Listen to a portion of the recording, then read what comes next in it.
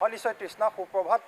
আজি যেহেতু পবিত্ৰ ভাদ মাহৰ পহিলাটো দিন আৰু পহিলাটো দিনত দেখা পোৱা যায় সমগ্ৰ ৰাজ্যজুৰি যিসমূহ সত্ৰ নামঘৰ আছিলে তাত আধ্যাত্মিক পৰিৱেশে বিৰাজ কৰে। বিশেষকৈ আজিৰ আগবেলাৰ ভাগৰ পৰা আচলতে নাম প্ৰসংগত যিসকল বৈষ্ণৱ সেইসকল আচলতে নিমজ্জিত হয়। মই বৰ্তমান উপস্থিত আছোঁ, এয়া হৈছে মহাপুৰুষ গুৰুজনাৰ জন্মস্থান বটদ্ৰৱা থান আৰু বটদ্ৰৱা থানত বিশেষকৈ ভাদ মাহত বিশেষ পৰম্পৰাৰে আচলতে সমগ্ৰ মাহটো উদযাপন কৰা হয়। কাৰণ ভাদ মাহ বুলি ক'লে আচলতে বটদ্ৰৱা থানত এক বৰ্ণিল বা এক আধ্যাত্মিক পৰিৱেশক সূচনা কৰে। আমি যদি প্ৰথমতেই সমগ্ৰ পৰিৱেশটো দেখুৱাওঁ, প্ৰতিকূল বতৰ, ৰাতিপুৱাৰ ভাগৰ পৰা ধাৰাসাৰ বৰষুণ, কিন্তু তথাপিতো সত্ৰ নামঘৰসমূহত বিভিন্ন ৰীতি নীতিৰ মাজেৰে যিহেতু ভাদ মাহ পালন কৰা হয়, এই বৰদোৱা থানতো দেখা পোৱা গৈছে একেধৰণৰ ৰীতি নীতি। আমি কীৰ্তনঘৰ মূল যি গৃহ, সেই গৃহৰ সোঁফালে আছোঁ। সোঁফালে আৰু বাওঁফালে দুখনকৈ সত্ৰ আছে। এফালে যদি শলগুৰি সত্ৰ, আনফালে আকৌ দেখিবলৈ পাওঁ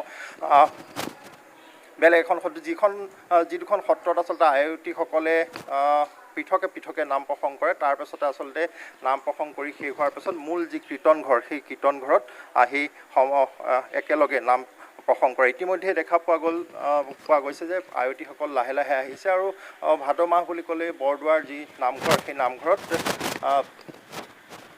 নৰোৱা সত্ৰ আৰু শলগুৰি সত্ৰ, দুয়োখন সত্ৰৰে যিসকল ভকত বৈষ্ণৱ, সেইসকল ভকত বৈষ্ণৱে মিলি ইয়াত প্ৰায় 18 বাৰকৈ আচলতে 18 ভাগকৈ আচলতে প্ৰসংগ হয়।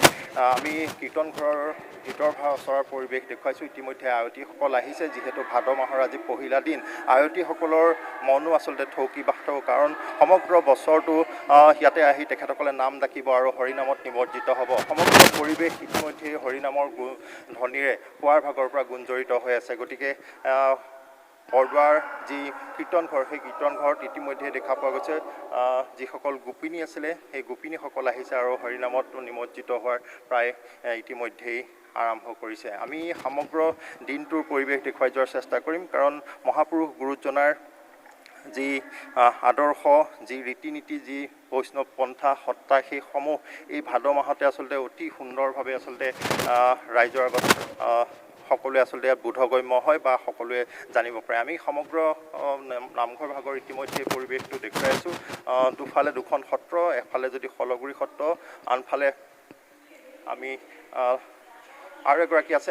আমি তেখেতসকলৰ ওচৰলৈ যাম আৰু কিছু কথা সত্ৰৰ বিষয়ে জনাৰ চেষ্টা কৰিম। যিহেতু ভক্তসকল আছে, তেখেতসকলৰ পৰা অকণমান কিছু কথা জনাৰ চেষ্টা কৰিম। আৰু বৰ্তা আহিছে আপুনি? প্ৰত্যেক বছৰে এনেধৰণে ভাদ মাহটো পালন কৰে? হয়, এনেকৈয়ে পালন কৰে। প্ৰত্যেক বছৰে আমাৰ এনেকুৱাকৈ ভাদ মাহটো পালন কৰা হ'ল। আমাৰ যোৱাকালিৰ পৰাই ভাদ মাহৰ আমাৰ নাম ৰখা উৎসৱ, খোল প্ৰসংগ, আইসকলৰ গোটেইখিনি আমাৰ যোৱাকালিৰ পৰাই কৰা হৈছে। আজিও এই আইসকলৰ নাম আৰম্ভ হ'ব এতিয়া।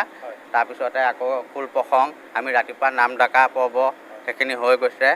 ভাদ মাহ বুলি ক'লে এনেই 14 প্ৰসংগ নহয় জানো? 14 প্ৰসংগ হয়। এনেই ভাদ মাহ বুলি ক'লে আৰু 4 প্ৰসংগ বাঢ়ে, 18 প্ৰসংগ হয়। আৰু কেনেকুৱা বতৰ খুব বেয়া, তাৰ মাজতো কিন্তু আয়তীসকল আহিছে। আয়তীসকলে অত বৰষুণক নেওচিও তেওঁলোকে আহি তেওঁলোকৰ যিখিনি নৃত্য প্ৰসংগ সেইখিনি কৰিবলৈ আইসকল সকলোখিনি আহিছে। বৰষুণৰ মাজতে তেওঁলোকৰ যিখিনি নৃত্য প্ৰসংগ সেইখিনি কৰিব, সেইখিনি আৰু আয়তী এগৰাকী আছে।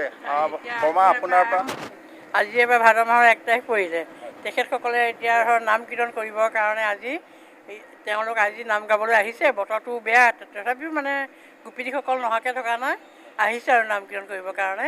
সেইটোৱে মোৰ মানে হেৰি আৰু দুখনকৈ সত্ৰ আছে, এফালে নৰোৱা সত্ৰ, এফালে শলগুৰি সত্ৰ, নহয় জানো?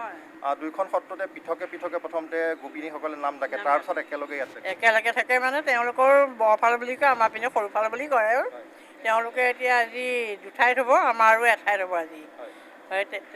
সেইটো কাৰণে আজি নিমন্ত্ৰণ কৰাৰ কাৰণে আহিছে সকলোবোৰ। নাম কীৰ্তন চলি আছে। হ'ব দিয়ক। ভিতৰ চৰাইত ইতিমধ্যে গোপিনীসকলে নাম ডাকিছে। আমি সেই নামৰ মাজলৈ কিছু যোৱাৰ চেষ্টা কৰিম।